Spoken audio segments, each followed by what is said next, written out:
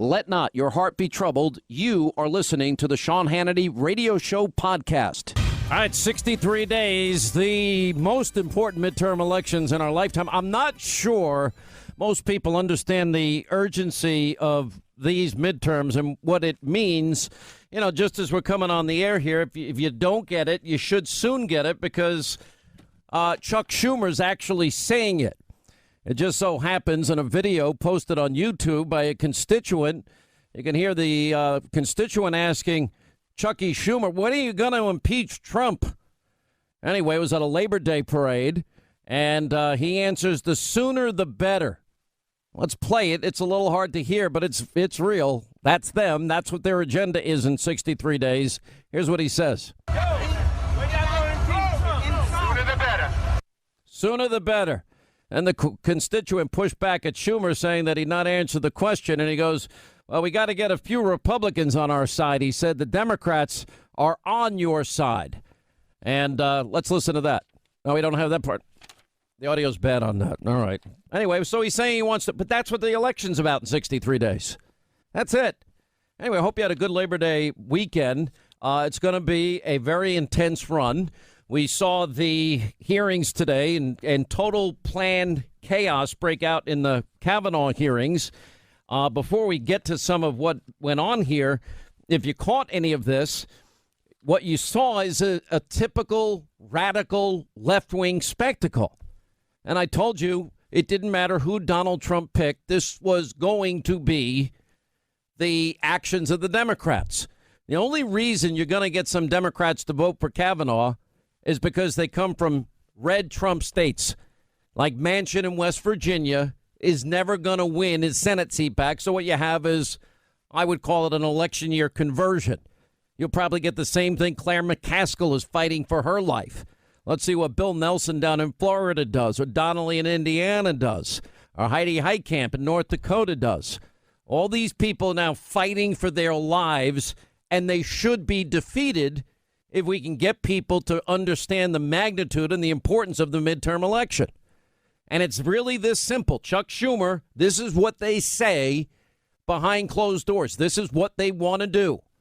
This is what we've heard over and over again from Maxine Waters and others. Impeach 45, impeach 45. They've wanted to impeach him before he was elected. As if it wasn't bad enough, we have a lot of deep state news that we've got to share with you. I think the most significant development since this entire investigation of ours has started, and that relates to Bruce Orr, the fourth-ranking official at the DOJ, we now know was keeping Mueller's team, Mueller's pit bull, a guy we've talked an awful lot about, Andrew Weissman, in the loop about the Steele dossier that Steele himself doesn't even believe in. Anyway, so if you watched this morning, it all started out, the Senate Judiciary Committee chairman, Charles Grassley, literally, it was impossible for him to complete his opening sentence. And what we now know was planned and plotted and schemed ahead of time. And Democrats begin interrupting him, trying to hijack the hearings. You know, he'd rule out Kamala Harris and she'd be out of order. And then like clockwork, in comes Richard Blumenthal and he'd start in. When Blumenthal would shut up, Grassley would attempt to restart the hearing, and then Cory Booker would chime in. And as all of this was going on, you had all these left-wing Democratic radical groups were in the gallery, constantly shouting, constantly interrupting, and it was all orchestrated. And, you know, for some really strange, outrageous reason, in the past, security, once somebody stepped up, they were taken out of the room, and they wouldn't be allowed to disrupt the hearing. That didn't happen this time. They should have kicked these people out a lot sooner. And anyway, I was kind of disappointed a little bit in Grassley. I think he should have ordered the gallery to be cleared of any of these people that were disruptive of these hearings. I mean, for this guy not to be able to finish a sentence. I was watching poor Orrin Hatch. This is his 15th Supreme Court confirmation hearing. Anyway, he's trying to complete a sentence and they wouldn't let him. John Cornyn had it right when he compared what was going on to, quote, mob rule. But the icing on the cake is that all of this, the entire charade, this was reported by Breitbart earlier today, that Dick Durbin admitted in the Senate Judiciary Committee hearing on the nomination of Kavanaugh that he and other Democrats participated in a conference call on how to disrupt the hearings. And Durbin was responding to a question by Senator Tom Tillis, North Carolina, who cited an NBC News tweet from earlier in the morning that reported that Senate Democrats had planned over the Labor Day weekend that they were going to use this technique, these tactics, protests, interruptions. Anyway, NBC's Casey Hunt had tweeted out Democrats plotted coordinated protest strategy over the holiday weekend. They all agreed to disrupt and protest the hearing. Democratic leader Chuckie Schumer led a phone call, and the committee members are now executing it. And NBC News confirmed the plot with its politics division tweeting Democratic senators opened Kavanaugh confirmation hearing with a protest plan that was coordinated and agreed to over the weekend, according to people familiar with all the planning. So Senator Tillis says, I just want to be clear that none of the members on this committee participated in that phone call or that strategy before the documents were released. Are you suggesting that this allegation is false? Dick Durbin, well, he was asked to respond, but merely deflected the issue on whether the committee had been provided enough documents on Kavanaugh, which is an issue I'll respond to in a minute. He's given more documents than the last 5 Supreme Court nominees combined. We did eventually get 22 protesters that were arrested at the Brett Kavanaugh confirmation just in the morning session alone. And I don't think we had 22 arrests in the entire history, by the way, of the Tea Party. I don't know if that's true. I'm just guessing. But Democrats on they seem to, this is what the Democratic Party has evolved into. It doesn't surprise me Chuck Schumer's on tape saying can't be soon enough to impeach Trump. Sooner the better. I mean, it got so bad at the hearings. I don't know about you, but I'm tired of watching, Trump supporters being chased out of one venue after another. Of course, we have the new rules, which are get in their faces. Actually, that rule started with Obama. He had said, get in their faces. I'll send Mr. Burgess to take on Sean Hannity. He'll tear him up. Maybe I should have sued. Maybe that was a threat on my safety. I don't know. Maybe I interpreted it the wrong way at the time. Maybe I was being too gracious, too nice to Barack Obama. But these Democrats have a penchant, as it relates to this. I mean, look at, Betsy DeVos was chased down a street by screaming Democrats. Secretary Kirstjen Nielsen, Sarah Sanders run out of restaurants by Democrats. Ivanka Trump harassed on an airplane by a belligerent Democrat. Pam Bondi threatened with physical violence by these left-wing lunatics. Peter Fonda suggesting, it'd be a good idea to assault Secretary Nielsen. Ivanka Trump called the C word by a psychotic Democratic so-called comedian. Brett Kavanaugh's 2 daughters today had to be escorted out of the confirmation hearing with all of these protesters and the screaming and the antics and the tactics that was all planned and plotted. Now, I'm sure the Democrats are proud of themselves that they got to run, 2 little kids out of a confirmation hearing today. Isn't that nice? Let's move the children out. It's not safe, as the Democrats put on their show. Anyway, they just sought to delay this for no real reason.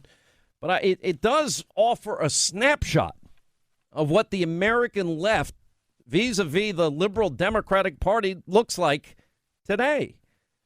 And, you give them back their power, what are you going to get? Well, you're not going to continue the economic success we've had. And they've, Chuck Schumer telegraphed it well. Chuck Schumer is saying what all Democrats are saying. The sooner the better. That's what they've always wanted. It's not working for them. But what do we got? We got 4 million new jobs for Americans in less than 2 years. We've got 2 million fewer Americans on food stamps, millions of Americans out of poverty. We got record low unemployment in 14 states. We have a 51-year low, record low unemployment for youth in America. That's good because if kids don't have a summer job, what are they doing? They're getting in trouble with their dopey friends. We have record low unemployment for African Americans, Hispanic Americans, Asian Americans, women in the workforce. All of that comes to a halt because the agenda in 63 days, should Nancy Pelosi, who apparently was out in the Hamptons with Chuck Schumer and George Stephanopoulos and whatever that Hamptons crowd is, I didn't get my invitation. And I live in Long Island. I wasn't even invited. I'm shocked. Apparently she's, already out there. She's literally picking out the drapes for her new office. And, but we have a poll that shows a majority of blue-collar workers think they're better off under Trump than Obama, and they are. You've got the Democratic gubernatorial candidate, the Tallahassee mayor, bragging on Meet the Press that he got all his money from George Soros and some guy, Tom Steyer, all these left-wing radicals that have their agenda. What about the people of Florida's agenda? I mean, really? What about the forgotten men and women that 2016 was about? If you don't vote, this is what you get. The midterms apparently out in the Hamptons this weekend. I can't believe I was not given my invitation. But Chuck Schumer was there. Nancy Pelosi was there. Oprah Winfrey was there. George Stephanopoulos, Katie Couric, Savannah Guthrie, Joy Behar were there. Joy Les Behar. I don't know how it's possible that I was not given an invitation. Wasn't even far. I could have driven out in a couple of hours. I could have been there. Instead, I was fishing for snappers and, in Oyster Bay Sound. Oh, I got pictures. Oh, I caught it. Just threw out. Just simple. Yeah, just little baby snappers. I mean, it's fun to catch them. At least I catch a fish. I get to say I caught one. I'm not the fisherman that Ethan is. He's a fisherman nut. But I like to get little tips and clues. And I noticed I got sunburn. Yeah. Oh, where do you think that came from? Sitting out there in the sun, roasting, waiting for a fish. It's Trump's fault. Of course it's Trump's fault. The sun shines, it rains, it snows. It's all Trump's fault. Dog bites, the bee sings, you're feeling sad. It's all Trump's fault. Anyway, so they had all these people there. Apparently also Martha Stewart was there. Bob Kraft was there. Oprah Winfrey, as I said, at the soiree. And I'm sure they all talked about those of us that are smelly Walmart people, as Peter Strzok refers to us, or irredeemable deplorables, or those that cling to our God, guns, and Bibles and religion people. Guilty as charged. A lot at stake in 63 days. What are you going to do? How many of you are registered? How many of you are going to take the time, get off your ass, and go out and vote because you know what's at stake here? I don't feel the urgency yet from conservatives, because all progress is going to stop. Investigations galore. They'll take back their crumbs that they're obsessed with getting back. They'll get rid of ICE, open borders, keep Obamacare, and impeach the president. And endless investigations, except into the deep state. Those investigations will go away because that protects their deep state friends that help them.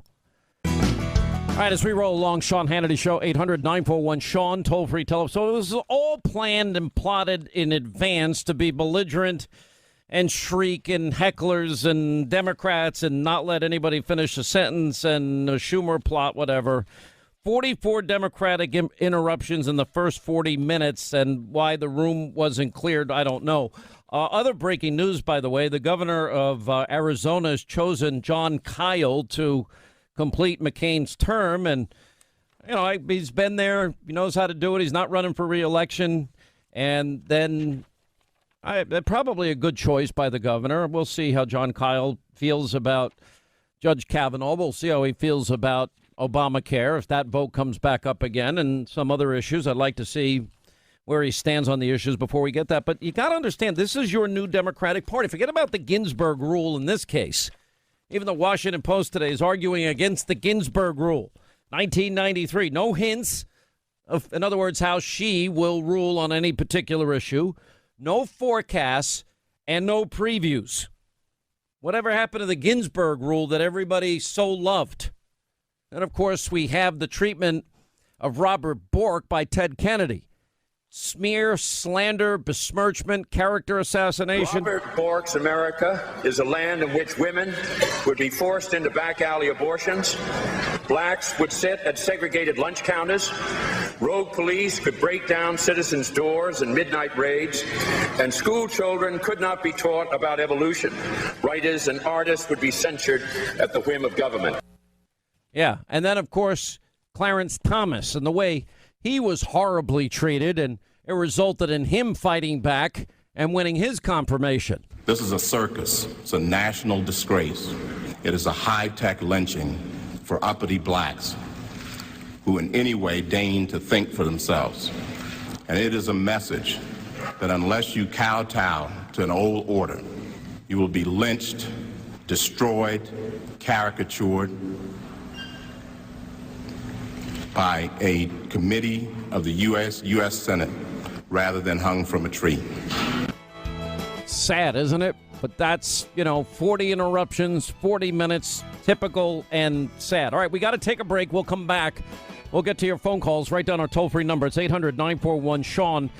Where do we get to? Bruce Orr keeping Mueller's deputy, Andrew Weissman, in the loop about the anti-Trump dossier. We'll get to that and more straight ahead. All right, 25 now till the top of the hour. 800-941-SEAN if you want to be a part of the program. A lot of news. So we got the elections, the midterms, in just 63 short days. We've got all the Kavanaugh hearings going on. A lot of people talking about Woodward's book. I can go through verse and chapter. Woodward is never going to write a good book about a sitting president, or one that doesn't have salacious gossip, or people that have that talk that used to be there, that aren't there, that wish they were there, that feel that they were mistreated or whatever. And it's just part of the process, I guess, in this day and age. If you're going to be president, it just goes with the territory. Nobody, I doubt, well, Newt Gingrich, in fairness to him, he did it.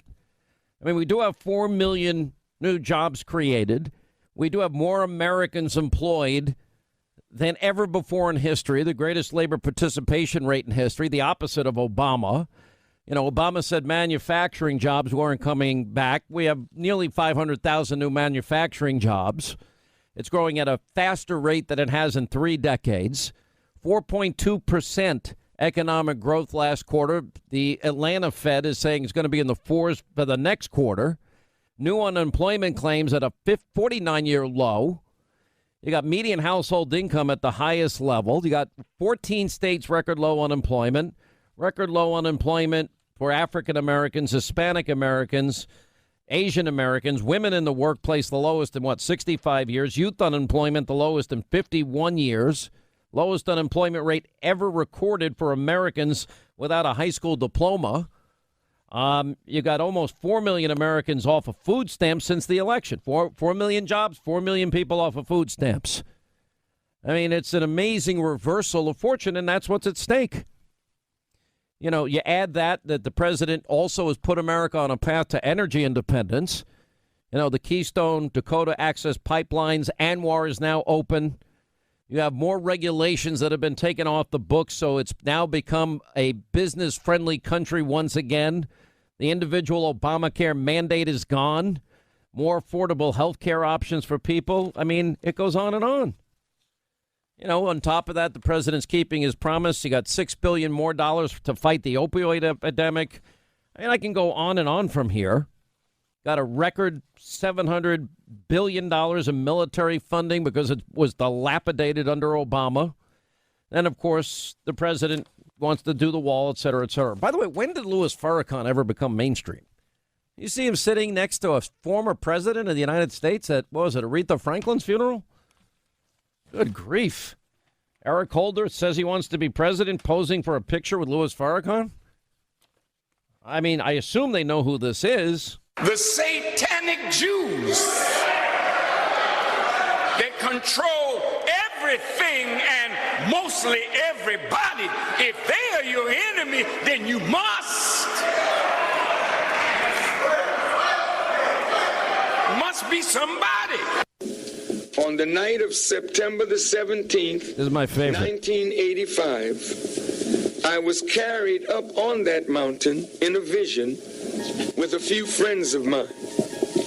Wow. As we reached the top of the mountain, a wheel, or what you call an unidentified flying object, appeared at the side of the mountain, and I was called from the wheel to come up into the wheel. I travel in a wheel all the time. 3 metal legs appeared from the wheel, giving me the impression that it was going to land, but it never came over the mountain.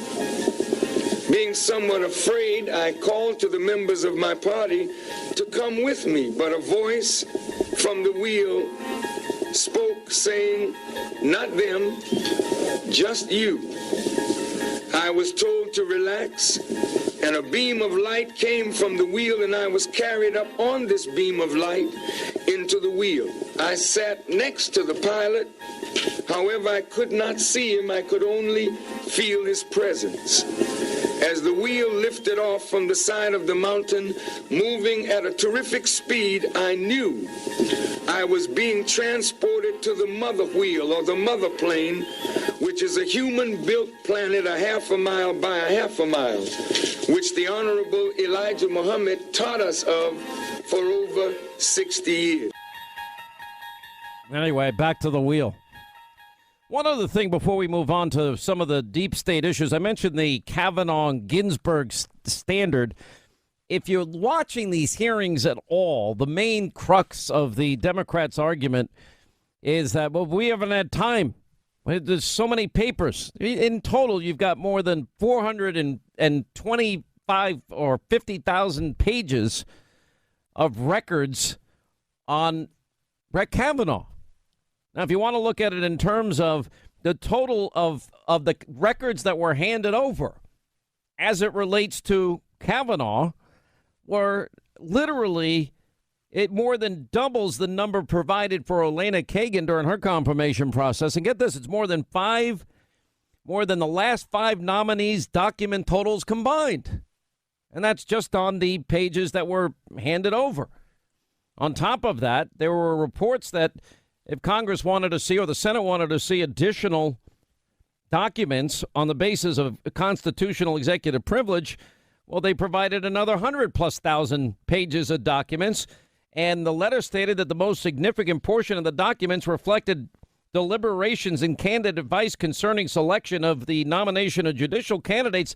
And by the way, as Ted Cruz has rightly pointed out, this was not his stuff, but he's just giving opinions.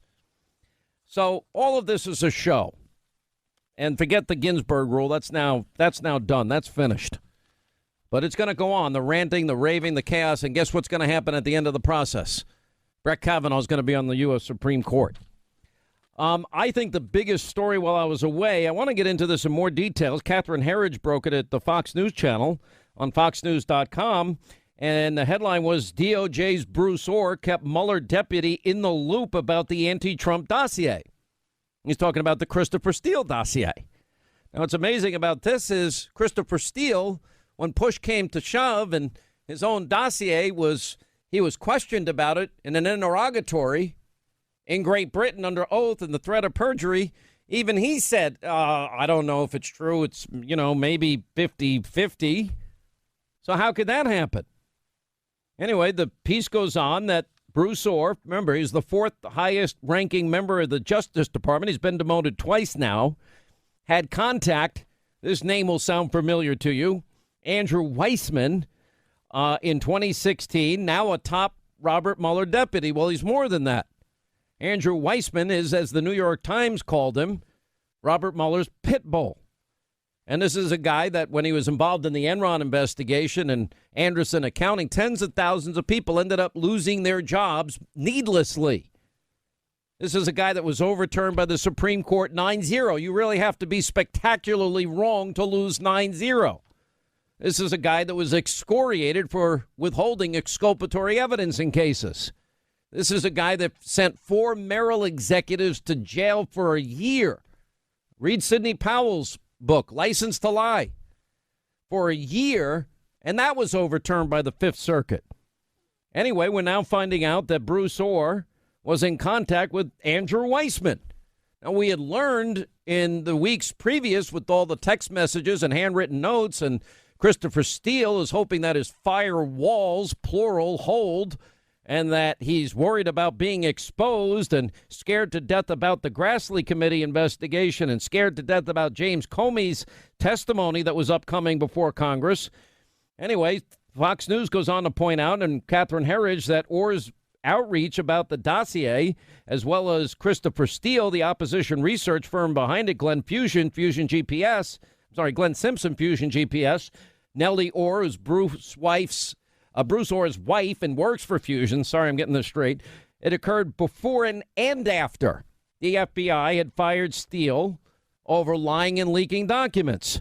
Orr's network of contacts as it relates to the dossier, we now find out included Peter Strzok, Lisa Page, both gone from the FBI, Deputy Director Andrew McCabe, Weissman, and at least one other DOJ official, and a current FBI agent who worked with Strzok on the Russia case.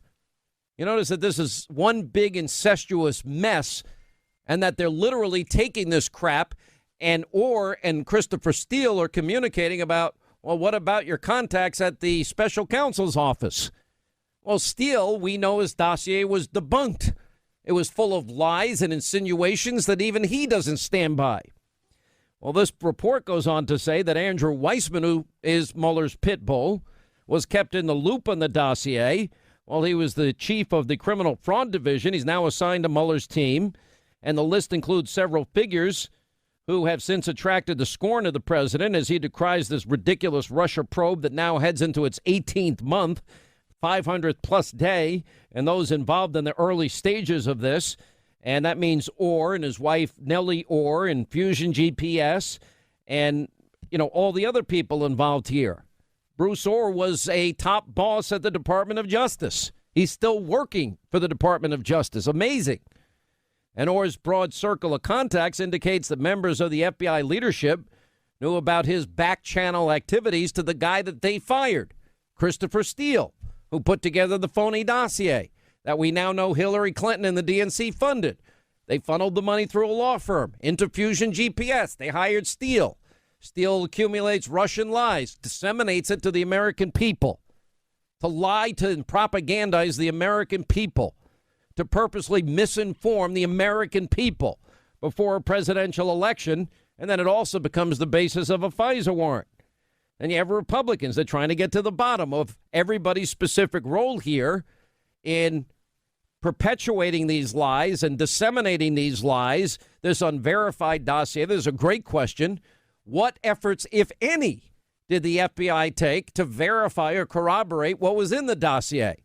That became the bulk of information to get the FISA warrant, because it's part of the law that you can't present something to a judge that you don't know to be true on your own. They never verified it. They never corroborated it. They just wanted it to be true. Anyway, the House Intel Committee memo released in February said Steele maintained contact with Orr, both before and after he was fired by the FBI. And shortly after the election, the FBI began interviewing Orr and documenting his communications with Steele. Remember, the FBI paid Steele 11 straight months. Steele's getting money from Clinton, the DNC, Fusion GPS, and the FBI. It's insanity. In 2016, Steele admitted to Orr's feelings about Donald Trump. He was desperate that Donald Trump not get elected. He was passionate about him not being president. So that explains the lies that he put together. And Orr's handwritten notes, we know that 2 weeks after the election, he made a list including Strzok, an FBI agent, whom, by the way, may have been a reference to the meeting. No prosecution yet. He goes, push ahead on M meaning Manafort. Go back to Chris, meaning Christopher Steele. So they were pushing this almost immediately as it relates to the election. The same month, Steele was fired by the FBI as a confidential source over his contacts with the media. Also, according to court records, the FBI memo also states that Andrew Weissman, in fact, met with him on April 2017 and met with a group of reporters about Manafort. This was on the eve of his appointment by Robert Mueller to the special counsel. That timing is significant because it came 1 month before the FBI director Comey was fired, and Mueller was appointed to lead the special counsel team. And Republican lawmakers who questioned Orr earlier this week say the connection between Orr, his wife Nellie, who did Russia research for Fusion GPS, were well known. When they went to court, the FBI knew three important things. They didn't disclose this to the court, meaning the FISA court. They knew the Orr's involvement in the production of the dossier. They knew Christopher Steele had an extreme bias against the president. They knew who paid for the dossier. They didn't disclose any of this to FISA court judges on 4 separate occasions. And Fusion GPS, they didn't respond to Fox News inquiries about it. and their financial records were subject of a lawsuit, not public apparently. And Nellie Orr received multiple payments in 2016 from Fusion GPS. Apparently not small change either. Bruce Orr never revealed it to the Justice Department. Fox News contacted lawyers for the current officials with Orr, as well as Mueller's office. They're not commenting on it. It's unbelievable. Just one big, massive collusion to unseat a sitting president. Mark Meadows, one of the officials identified by Orr, was Andrew Weissman. I guess that explains why Mueller isn't interested in investigating how the Justice Department used the bogus Steele dossier and lied and committed a fraud on the FISA courts. All right, a lot to get to today. We'll get to the Kavanaugh hearings. Jay Sekulow coming up. Also, we'll check in with, these are huge developments. Bruce Orr kept Mueller's deputy, Andrew Weissman, in the loop about the phony Steele dossier. Well, that's pretty blockbuster testimony. The election in 63 days. Dave Bratt, Freedom Caucus, why this election matters so much and why you need to pay attention and register and maybe even get off your ass and go vote. Sorry to be so blunt. We'll continue. It's my understanding that everything that Bruce Orr did was approved and known to senior Department of Justice officials, coordinated closely with the FBI. So I think this is something that, will have to be looked at. I don't know all the facts here, but I think some of the facts that are being purported by some members of Congress may not, in fact, be the actual facts. It's really an unprecedented use of official prosecutorial resources to have him that deeply involved in generating this opposition research. We need to know who else at the FBI knew what he was doing. We need to know when he started dealing with people like Glenn Simpson at Fusion GPS, what his interactions were with Christopher Steele, and the financial interests that he had in stake, because his wife, Nellie Orr, worked for Fusion GPS, and you're not allowed to be a federal official and participate in matters that you have a financial interest. So I think there's a whole host of questions, but he really is a critical kind of wheel in this whole collusion cog that we've been able to expose over the last few months.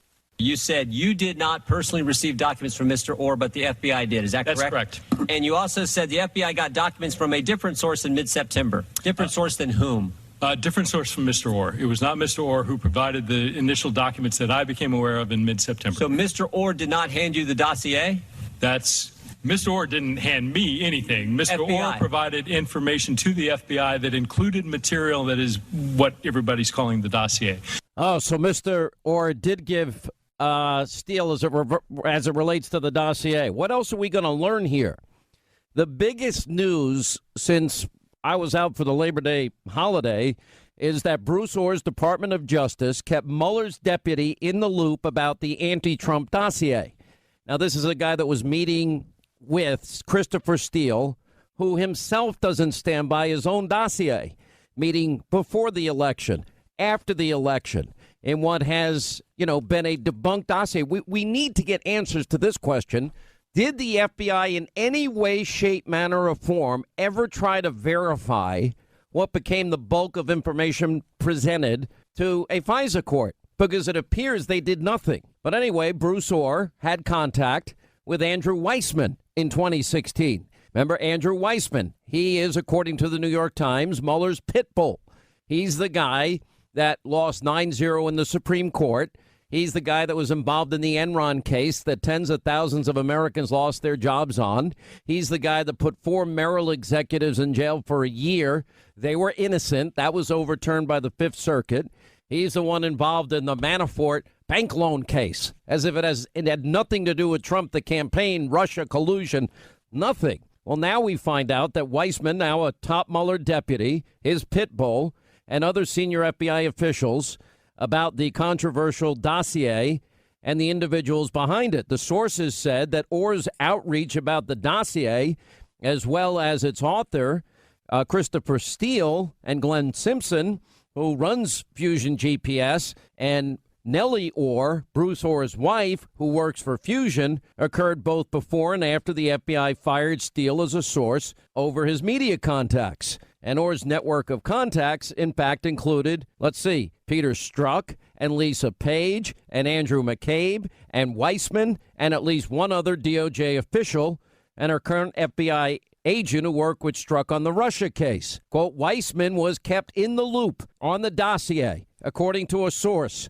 while he was the chief of the criminal fraud division, now assigned to Mueller's team. If that's not a conflict, I don't know what is. Anyway, the list includes a number of figures who have since attracted the scorn of the president because obviously look at the connections here. And the one thing that we know about Christopher Steele is we can't have Donald Trump as president. And Christopher Steele wouldn't even stand behind his own dossier. Joining us now, we have David Schoen, civil liberties attorney and criminal rights attorney. And he's been following this case closely. And Mr. Schoen, how are you, sir? Fine, thanks. How are you?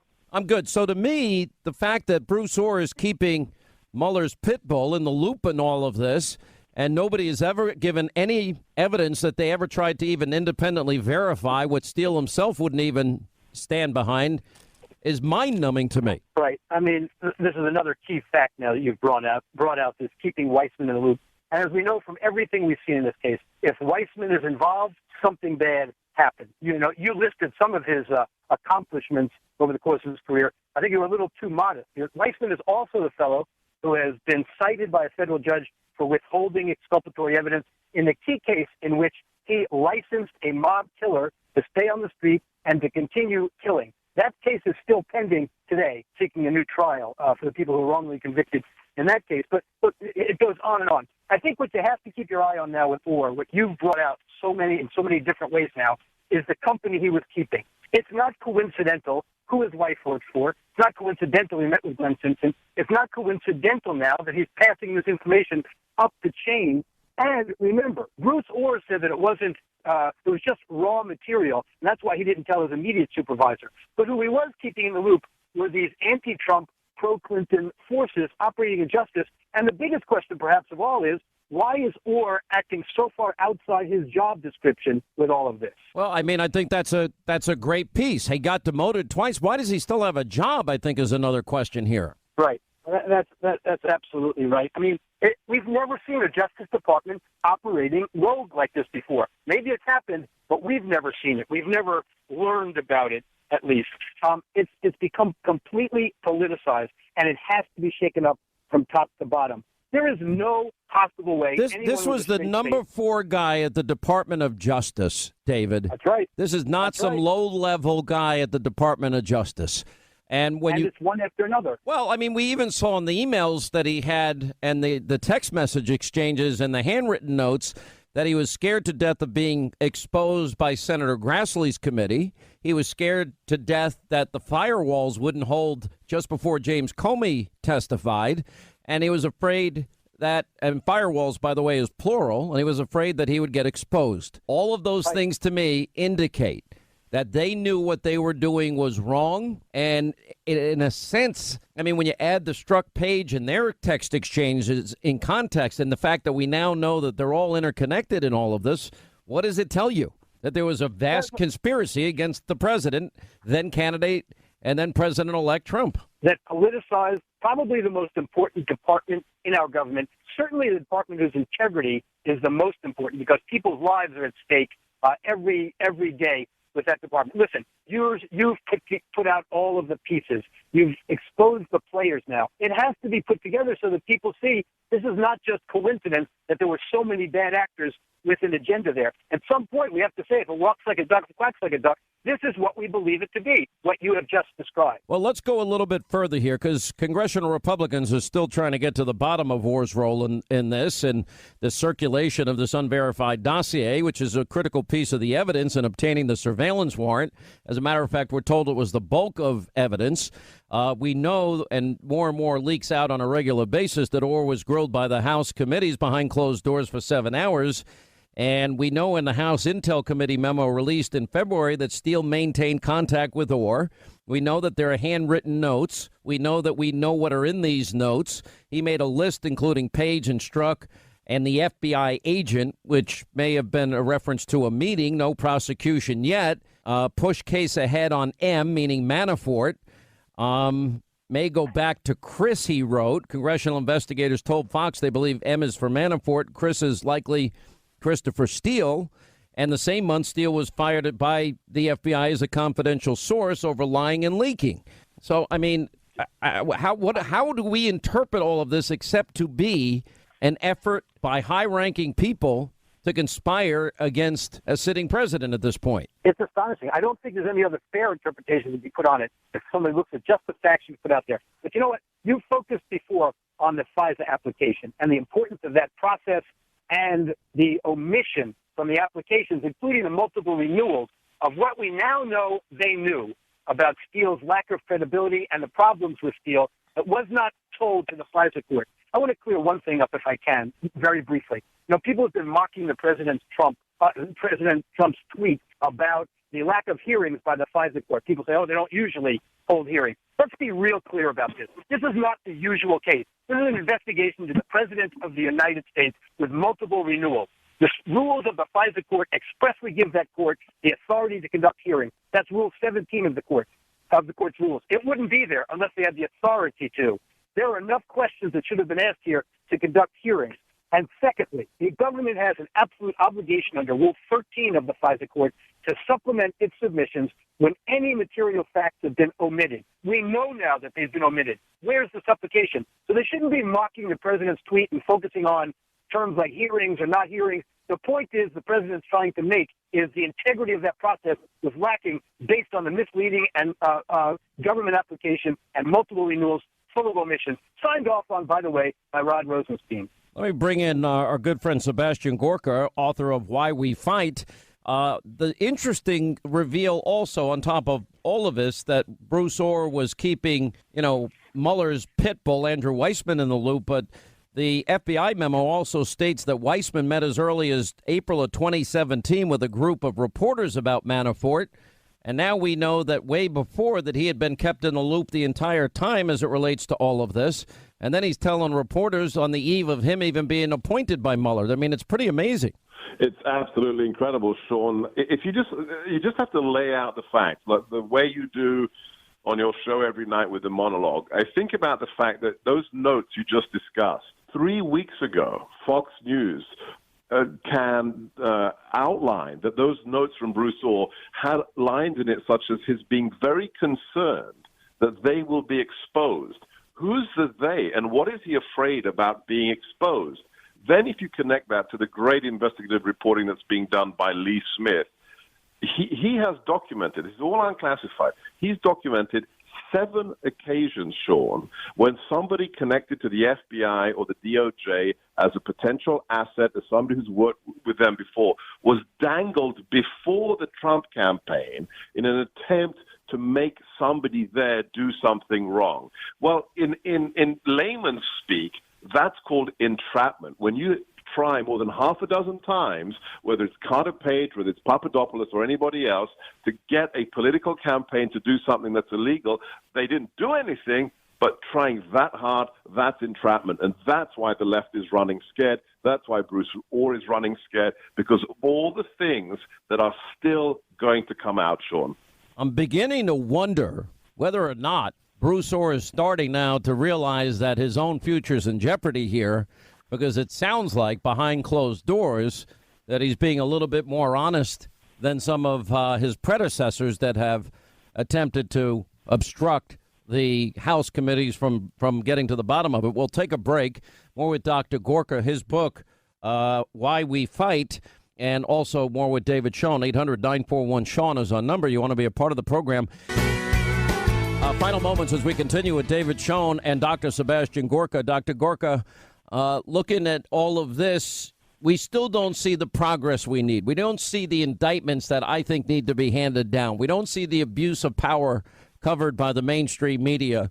And you wonder, since the Mueller investigation has gone so far from its original mandate, or I guess it was so wide, when do the people that had the highest levels of power, when do they get held accountable? Well, that is, Sean, that really is, is Lady Justice blindfold or not? If you have the last name Clinton, does that mean you get a free pass? The director of the FBI will list how many times you broke the law with your private homebrew server, but then will encourage the DOJ not to prosecute you? This is the question. Can we instill the faith of the American people in the justice system? And it gets, the more it's hard to follow this stuff because there's so much corruption, so many people involved. But the more you find out, the more you realize the breadth of what we are talking about. We're just talking about FISAgate right now, and you've been handling that, and you have the right approach to it. But what about the other scandals? What about unmasking? Unmasking could potentially be much, much larger than What about FISAgate. Uranium One? What about giving up 20%? On and on, yes. On and on and on. But think of the unmasking thing. I mean, Uranium One, most Americans have nothing, will never have any experience of uranium in their life. Yeah. But if you look at the unmasking scandal potentially is about the identity of hundreds of American citizens being illegally uncovered, being illegally exposed in a retroactive fashion because they were somehow politically connected to the Trump campaign or to Donald Trump. When you have the Obama's UN ambassador, Samantha Power, who's not a part of the intelligence community, over her signature in 1 year, almost 200 people who are Americans. And then she says she didn't do it. I mean, then who did it in her name? All right, we got to run the last word, David Sean. You asked the question millions of Americans are asking. When will the attention finally turn to the Clinton emails, to Comey, to McCabe? All of these scandals you've exposed, the American people demand answers, and they won't put up with this. The problem is the media doesn't talk about those things, and most people just learn about what's in front of them. The American people are going to demand answers. You've got to keep pushing. All right, thank you both for being with us. Dr. Gorka, thank you. David Schoen, thank you. 800-941-SEAN, toll-free telephone number. You want to be a part of the program. We're going to get to your calls at the bottom of this half hour. Later on, we'll check in with Jay Sekulow from the American Center for Law and Justice. Dave Bratt of Virginia is going to check in, and much more on the chaos and the confirmation hearings of Brett Kavanaugh, and much more as we continue. Mr. Chairman, I'd like to be recognized to ask a question before we proceed. The committee received just last night, less than 15 hours ago, 42,000 pages of documents that we have not had an opportunity to review or read or analyze. You're out of order. I'll proceed. We cannot possibly move forward, Mr. Chairman, I with this extend hearing. a very warm welcome We have not to been Judge given Kavanaugh, an opportunity to have a meaningful his wife, hearing on Ashley. this nominee.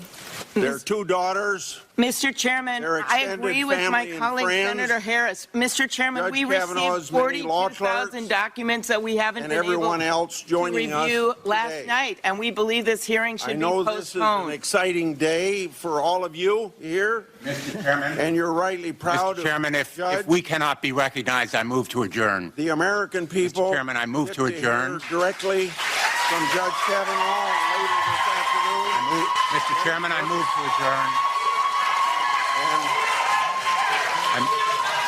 Mr. Chairman, we have been denied real access to the documents we need to advise. Mr. Chairman, regular order is called for, which turns this hearing into a charade and a mockery of our norms. Well, and Mr. Chairman, I therefore move to adjourn this hearing. This is a mockery and a tragedy of justice. This is a tragedy of justice. Morocco, cancel Brett Kavanaugh, adjourn the hearing.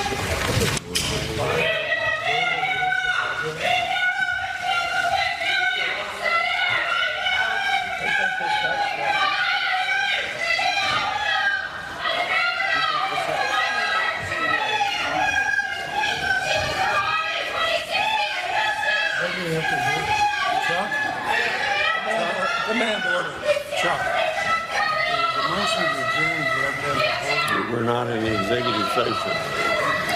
Mr. Chairman, I ask for a roll call vote on my motion to adjourn.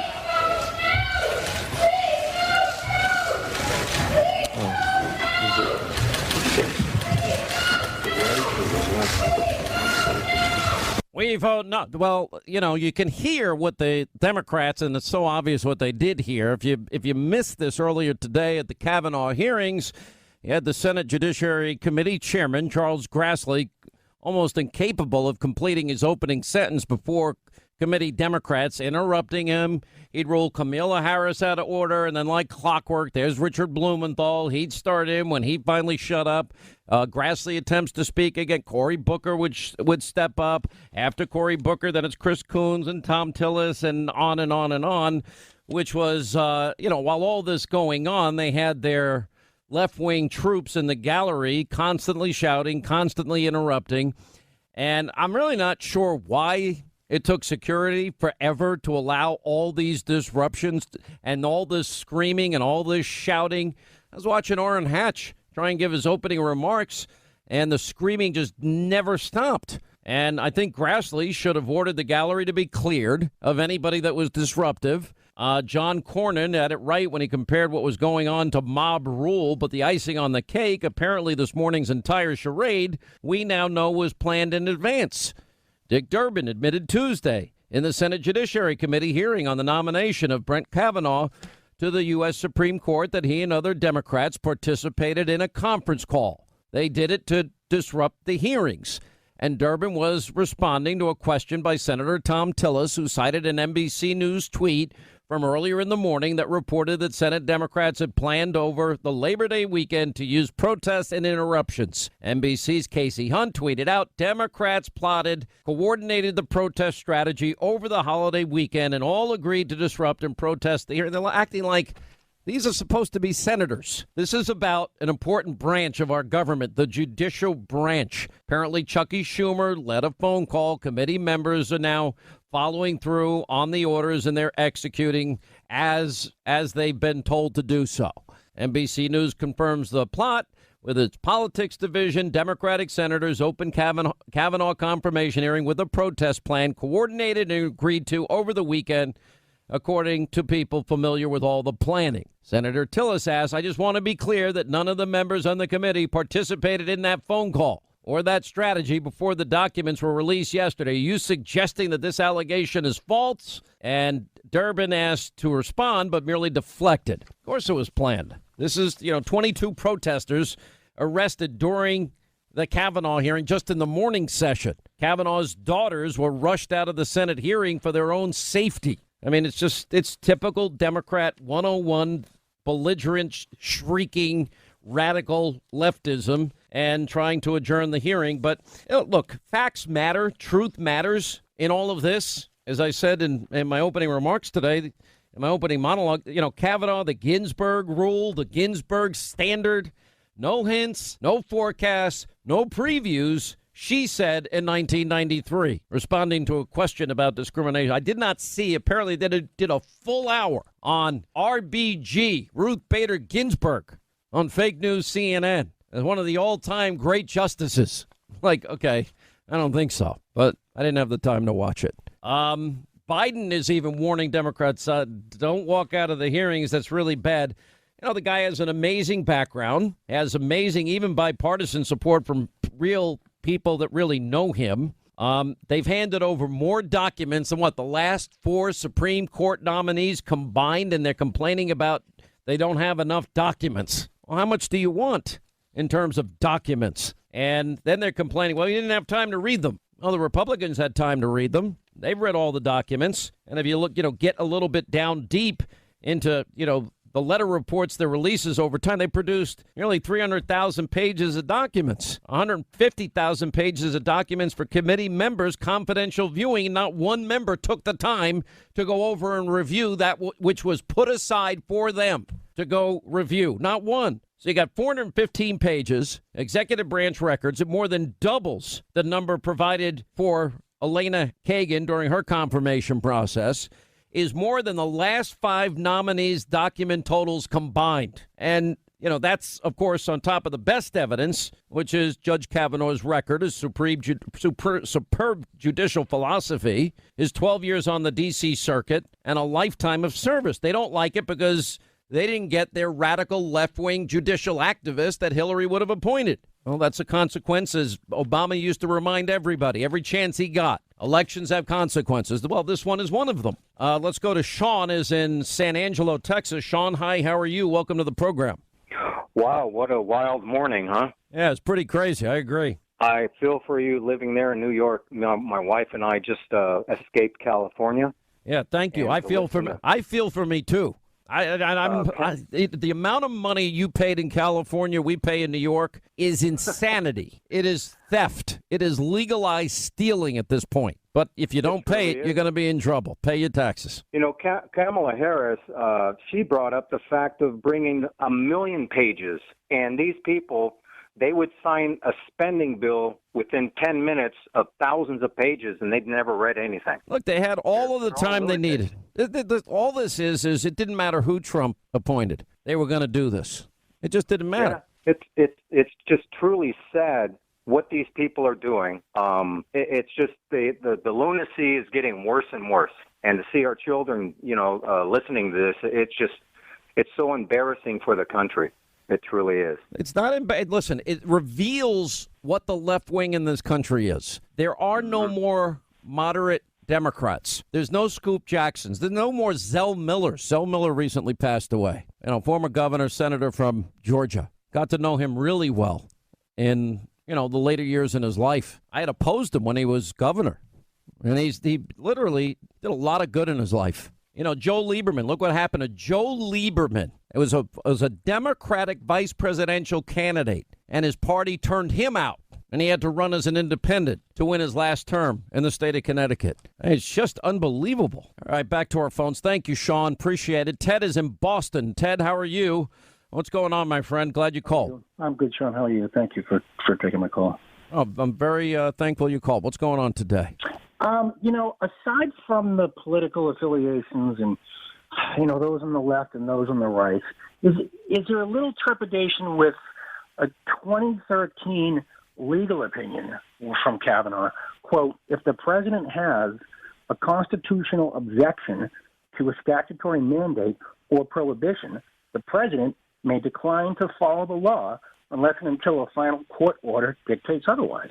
Listen, the president has a lot of, Article 2 powers that he hasn't even used at this particular point in time. The fact that many of these issues are so cut and dry, and the fact that you have people on television that say that they're legal analysts and they don't even understand Article 2 powers is a little bit frightening. But I will tell you, at the end of the day, the Constitution, Levin said this, and I agree with him, the Constitution's on the president's side, and it's on the side of the American people. To the extent that we push aside constitutionality, which was one of my biggest complaints about Obama, we do so to our own peril. And that's why I keep harping on equal justice and equal application of our laws. Because if we have one set of laws for one group of people, another set of laws for another group of people, the constitutional republic that is the greatest ever created by man stands in peril and in jeopardy of future existence. Because that then there is the definition and the beginnings of potential tyranny. And it's a scary time. We better get this right. We better apply the rule of law. The standards got to be applied equally, or else we're all going to be in trouble. All right, as we roll along, Sean Hannity Show, 800-94. What? What do you give me the look? No, I was just, I saw the McCain coverage over the weekend, and it was, it was really sad, to watch that, regardless of what your political beliefs are. It's always sad when we lose someone who serves their country. Listen, and it was in the tweet that I put out. It's interesting you bring this up because I was watching this and I'm thinking and I'm not talking about Cindy or Megan. I don't care. It's a wife and a daughter. People can have the funerals. He didn't want to invite the president or Sarah Palin. Whatever. You're allowed to have your funeral whatever way you want. I do know that the president sent Air Force 2, accommodated, rightly so, the McCain family and all the things that they requested and that they wanted, which I thought was also the right thing to do. He served his country with honor and distinction. He was a war hero, 5 years as a POW. And I said I never regretted supporting him in 2008. And if you remember when he came back for the vote against health care, he gave that big, long speech about, we need to get along, et cetera, and turn off those guys on talk radio and cable. They can go straight to hell. It never bothered me. And that was a side of McCain that, I never got along with. And but I never regretted supporting him. But I watched all of these people, and specifically Obama, former President Bush, who was quiet all during the Obama years. It seemed like an establishment versus outsider, too much of an undertone of that for my liking. And I just thought, I remember what happened in South Carolina in 2000, in the primary in 2000. I remember all the horrible things that Barack Obama's campaign said about John McCain. And again, it's his funeral. He can do whatever he wants. He apparently did it exactly the way he wanted. But my memory's not that short. And it was sad to me that, there were certain grudges that seemed to be held and then others were just pushed aside. And but whatever. To me, it wasn't something I wanted to watch at that point. I'm sorry. I feel my prayers go out to Megan and her mom Cindy. They're lovely people. I've worked with Megan in both radio and TV, and she's entitled to say whatever she wants. It didn't faze me or bother me in the least. She's absolutely free to say what she wants. I'm so surprised they didn't take a page out of your book and go into the woods, with the prayer by yourself, where you'll have no cell phone access and it's just you alone with nature, God. All right, you're mischaracterizing what I have said. If it's determined that I have X number weeks, days, months to live, I don't want to be a burden to anybody. So under those circumstances, if that ever happens to me in my life, I will call my friends and family together. I'll probably do a live reading of my will just to make it fun. And I'm going to say goodbye. And then I'm going to go away. I never said the woods. I'm going to go away so that... So where are you going? Because you did mention the woods once or twice. Okay. Wherever I'm going to go, nobody's going to be able to find me except there'll be one person that is assigned to be notified when I die. Sweet baby James. Probably. Probably. He's the only one that can keep a secret of my life. And then from there, I don't want to be a burden to other people. Do you really want your children changing your diapers at the end of your life? I don't. Absolutely. Payback is bliss. No, payback is not bliss. Come on, you could afford someone to do it for you. Okay, but do you want them to even see that? I don't want them to. I want them to remember me as I was in my living years, not in my dying days. As a ninja. Whatever. There's enough videotape of me and radio time. If you really care, you can go back and listen to all the classics. But that's just for me. I don't want to be a burden to anybody. That's my own personal choice. Well, I think it's selfless. You think it's selfish, which I find amazing. All right, we got to take a break. We'll come back. 800-941-SEAN. Jay Sekulow at the top of the hour on the Kavanaugh debacle that took place most of the day today, and much more straight ahead. Coming up next, our final news roundup and information overload hour. All right, news roundup, information overload hour. Let's go back to the Kavanaugh hearings from earlier today. All the Democratic disruption and chaos and insanity that took place. Obviously, this was all orchestrated, as I pointed out earlier today. Democrats planning, plotting, scheming over Labor Day weekend to put on a show, and they put one on this morning, and here's what happened. Judge Kavanaugh was a senior lawyer in the White House. He advised the president on judicial nominations, provided legal advice on separation of powers issues, and handled litigation matters. As the Supreme Court has put it, quote, unless the president can give his advisors some assurance of confidentiality, a president could not expect to receive the full and frank submissions of facts and opinions upon which the effective discharge of his duties depends, end of quote. The issues Judge Kavanaugh worked on are exactly the sort of issues that require, according to the Supreme Court, some assurance of confidentiality. We in the Senate and everyone else in America expect exactly the same sort of confidentiality.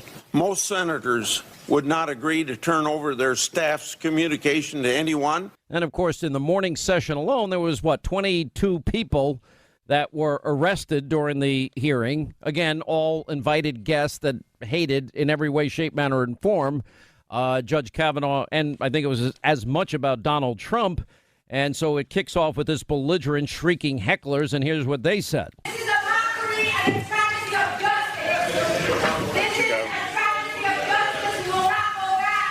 Cancel Brett Kavanaugh. Adjourn the hearing.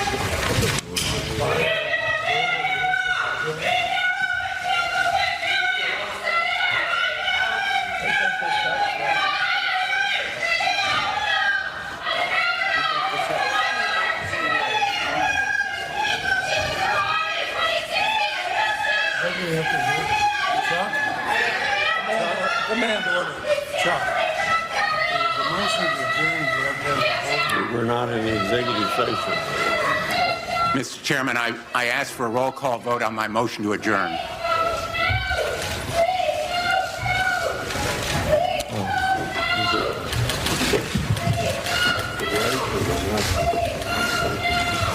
Democrats can't just stop revealing who they really are as this goes. It became chaotic. Anyway, joining us now, he is the chief counsel for the American Center for Law and Justice.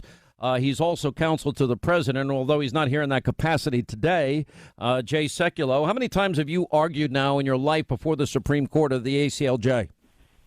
We've had about 20 cases there. I've argued 12 of them, so I'm a lot of time there. Yep. And so when you argue before a Supreme Court, I think it's one of the more interesting proceedings because you put everything down in writing and they get to read both arguments, briefs, etc. And then if they have questions, you might get one word out of your mouth and they start grilling you. I think the most I've ever gone was 35 seconds. You've gone before I got stopped. Yeah, before I got stopped with a question. So the way I've known Brett Kavanaugh a long time. I knew him back in the days in the Bush administration. I knew him in private practice. We worked on a religious liberty case together, and he's a smart guy. And I will tell you that the president has nominated a well-qualified nominee. The Supreme Court, you're right, it's probably the least understood branch because it's not the televised branch of government, but plays a pivotally important role in our constitutional republic, and I think the president's made a great nomination. Well, let's talk a little bit about his background. Well, first, let's talk about the show. Obviously, there was a call this weekend. It was revealed, NBC News, Chuck Schumer leading the way, and that all of this was a planned operation from the start of the day. What is your take? Well, look, we know that. I mean, there was emails that were circulating this weekend that talked about it. In fact, our head of government affairs, Sean, was out in the hallway calling into our broadcast and said that he walked by a protester who was talking to another protester and said, "Are you getting arrested today?" And the guy said, "No, I'm getting arrested tomorrow. Yeah. Tomorrow's my day." Why didn't Charles Grassley get control of the room faster? In my opinion, it was way too slow. He was far too lenient. Yeah, I think he was going beyond what was necessary, but in his view, he was trying to not, circumscribe anybody's ability to be there, but they're not going to let this continue in this pattern. You can't. So they're televised. It's not like people can't see it, but the disruption is not, as Dick Durbin said, the noise of our democracy. That's the noise of people engaging in a protest in a venue that's not appropriate for a protest. You could do it outside, you can do it in public sidewalks, but you're supposed to be a decorum inside of these facilities. You violate the rules, you pay the consequences. But the idea that the noise of our democracy, the noise of democracy is what you hear the chanting outside the Supreme Court. That's the noise of our democracy. The noise of the democracy, that chanting outside the Supreme Court doesn't happen inside the Supreme Court. If it does, the person's usually removed and arrested. Well, Look, this is also part of a distraction, a general distraction. Well, I agree with all of that. What I think this really comes down to, it is a philosophical divide in the country. Either you believe in co-equal branches of government and separation of powers or you don't.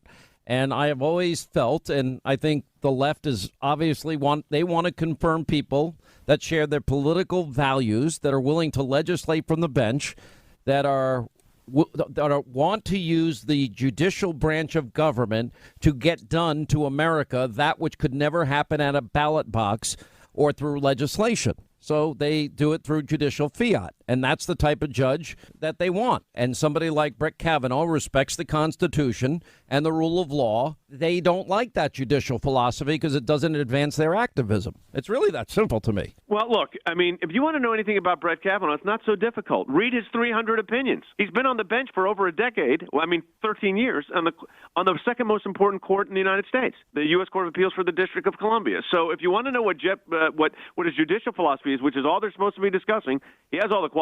And no one can argue that he's not well qualified. The ABA said it because it's true. He's probably one of the most qualified we've ever had, if not the most. It seems to me that unless something spectacular happens, that there's no way that he is going to not be confirmed to the Supreme Court. What did you think of the appointment by the Arizona governor today of John Kyle to fill in the interim? I think that was a smart move. Senator Kyle has a wealth of experience. I have had the privilege and pleasure of working with him for decades. Look, he served on the Judiciary Committee. He's going to be great. I think it was a great move, and that's a great call to service, and I appreciate John Kyle willing to interrupt his life to represent not only the people of the great state of Arizona, but also to assist everyone in the United States Senate. It's called to service again, and he rose to the occasion, as I knew he would. Let's talk about the Ginsburg rule. No hints, no forecasts, no previews. She said in response... Except if you're the Washington Post, who said today they should change all that. The Washington Post said today, Sean, no hints, no previews, no decisions on where it might go. But now they said that's not any good anymore. We know exactly how he's going to rule, and specifically they want him to know how he's going to rule on the issue of executive privilege, presidential authority, Article 2. That they want him to say. So the Ginsburg rule applies to everybody except Brett Kavanaugh. But the reality is there's reference my client. But the reality is just if he does have to rule on any such issue, just because he was appointed by the president doesn't ask somebody how they're going to specifically rule. Nobody knows. Of course not. Of course not. And look, I mean, that doesn't disqualify him. No, if that was the case, every nominee would be subject to, every judge would be, justice would be subject to disqualification based on nomination. That's not the way it works in the Supreme Court of the United States, not the way it should work. He's going to review the law, review the briefs, listen to the arguments, and make a decision. All right, so let me ask you one question outside in your other role as White House counsel. Not White House counsel. Counsel to the president. I'm sorry. 45th president. All right, I apologize. Not the White House counsel. Counsel to Sean Hannity. I apologize for that. That's true. That's a good point. But I want to just ask, how do you see this all coming to an end? It's a very broad question. I didn't invite you on to talk about it, but you haven't been doing a lot of media on it. How does this all end, and when do you think it ends? Well, look, I don't give dates because I've never given dates. I've had some colleagues that have given dates. I don't like giving dates, so I'm not going to give a date. How do I think it ends? I think it ends with a report. I think that there's no collusion. There is no. I mean, this theory of obstruction by tweet, I've said before, I think is absurd. So at the end of the day, I think there'll be a report that goes to the Deputy Attorney General of the United States. Then it'll be limited on what he can do with it based on some executive privilege issues of documents that they've had within the executive branch that don't go to the other branches. And I think that I think that's it. I mean, now when does this happen? I like it to happen sooner rather than later, but you could say that without giving a date. I'm not going to give a date, but I will tell you this, that there's ongoing professional dialogue between our offices and the special counsels. There have been throughout the process. There's kind of fits and starts and you hit bumps in the road, but there's ongoing dialogue, and we'll see what kind of accommodations can be made to wrap it up. Do you think the issues that I've been covering in terms of the FBI and the DOJ and all the information that we have discovered about people's political practices and the FISA court abuse, et cetera, do you think that comes into the focus by the country as well? Don't you think it has to? Sure. It has to, because, look, the irregularities in this inquiry from the outset are breathtaking. I mean, you could start with the dossier in Chris Steele, and then you got Bruce Orr, who's now, testified before the committee. And his wife worked for Fusion GPS, who worked with Chris Steele to put together the fake dossier that was used at the basis of then getting a FISA warrant, which was then used to, surveil Americans, which then you have the report that was used to do that, was being then disseminated among the FBI, including to Peter Strzok and Lisa Page, and you have their whole dialogue back and forth. So the irregularities here, the insurance policies, the Andy McCabe story, the James Comey leaking his information to the friend of his so that a special counsel would be reported, and lo and behold, a special counsel was appointed. All of that points to irregularities in this inquiry. Now, having also said that, let me say something I think that's also relevant here, and that is, if you look at the nature and scope of what has taken place, I think that part is unprecedented. We've never had a situation to this extent where the investigators need to be investigated. And some of them are. I mean, the fact of the matter is we know that. The Inspector General's office, the Office of Professional Responsibility within the Justice Department are looking at those issues. But how can you not? You can't ignore it. No. I mean, so this idea, and anybody can hold whatever political positions or advocate any position they want, but that doesn't mean you get to be the decision maker on a. Can I ask an unrelated question then? Investigation. Yeah. What does it take to ever hear from the FISA court judges themselves? Nobody's ever heard from them. You don't. That's the idea of the FISA. Foreign Intelligence Surveillance Court is not designed to engage the public. They're engaging in counterintelligence matters as the judicial review branch. But they don't. But I'm sure those judges are not happy about what's happened here. Would Congress have the authority, checks and balances, co-equal branches to bring them in and ask them? Yep. Yeah. They are not immune from congressional oversight, except they're an independent branch, so you have to respect separation of powers. It's the control. The purse is what the Congress really controls. Not so much they don't control their opinions. But I think, look, all the issues that you've been raising over the last year and a half are significant. They're real. there's concern. I mean, I know there's a move for declassification of some documents that members of Congress want to get some more specificity on some of these FISA issues. I think the unmasking, I think all this is real. I think the problem here is you got a political culture right now that there's no middle ground on anything. Everything is, to the extremes. And I think when you have this kind of situation, as we do now, that what we have to do as the lawyers for the president is analyze the law and the facts and point out those issues which we think warrant review, like the irregularities, and make sure that those are also at the forefront of this as this matter moves forward. All right, take a quick break here. We'll come back. Jay Sekulow, Chief Counsel, American Center for Law and Justice, about the Kavanaugh hearings as we continue. All right, we continue more with Jay Sekulow. He is the Chief Counsel for the American Center for Law and Justice, also counsel to the president. Let me go back to the Supreme Court. Who were the toughest Supreme Court justices you argued in front of, and why? Well, interestingly, as Justice said, I think ruled with me every time, but he always asked very deep and penetrating questions, and that was Justice Scalia. He asked really tough questions no matter what side you were on, and that was just the nature of how he did it. And I'll tell you who else was tough, which was his closest friend on the court, Justice Ginsburg. And they were very close personal friends, but I had appeared before Justice Ginsburg for 2 decades, and she could ask penetrating questions.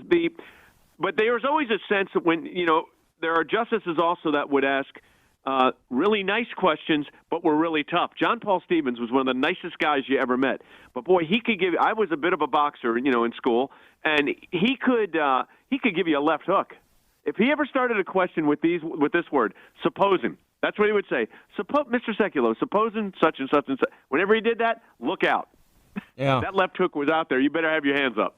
The funny thing is, and somebody that I've really come to know and admire on the court and has really been incredible as a Supreme Court justice is Thomas. He rarely talks during any of these hearings. He listens. I've had a couple of cases where he's asked a question or two. He's not big on asking questions. There have been other justices in our history that have been the same.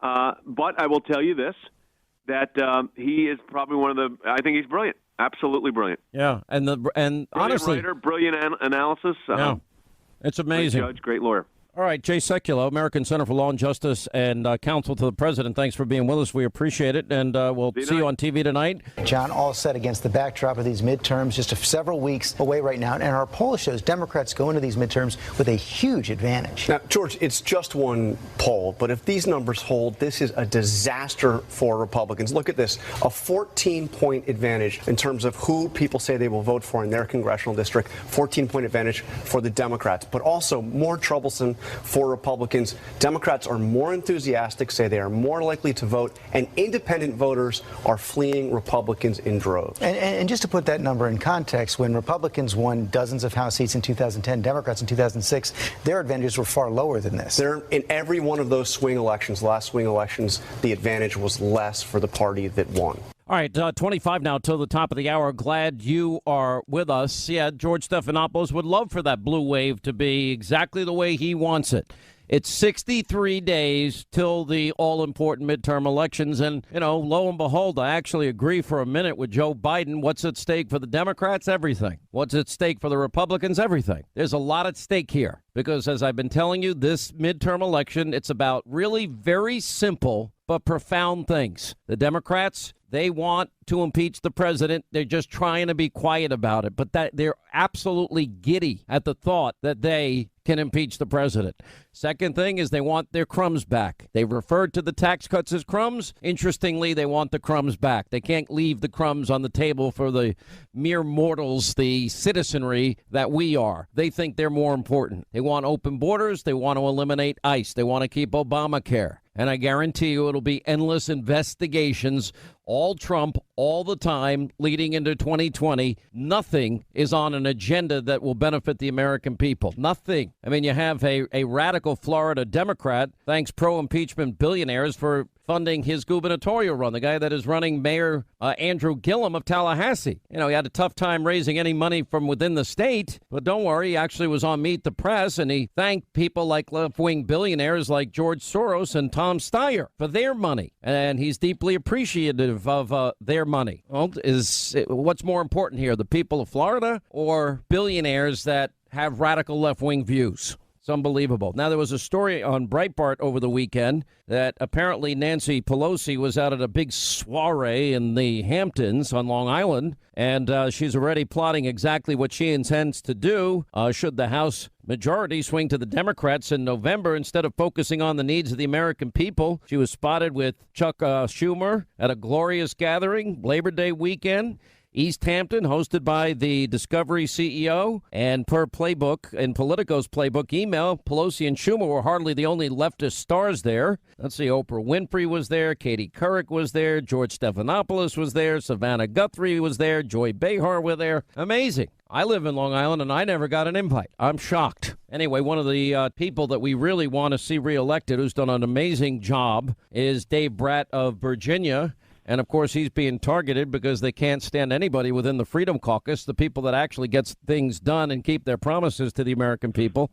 How are you, sir? Yay, Sean. Great setup. You hit it out of the park. And you're right. I'm getting hit. The Washington Post, New York Times last Friday. Good Morning America is down with my opponent right now. And as people zoom in, they're going to see what you just said, right? We got 4.7% economic growth coming up next quarter, according to the Atlanta Fed.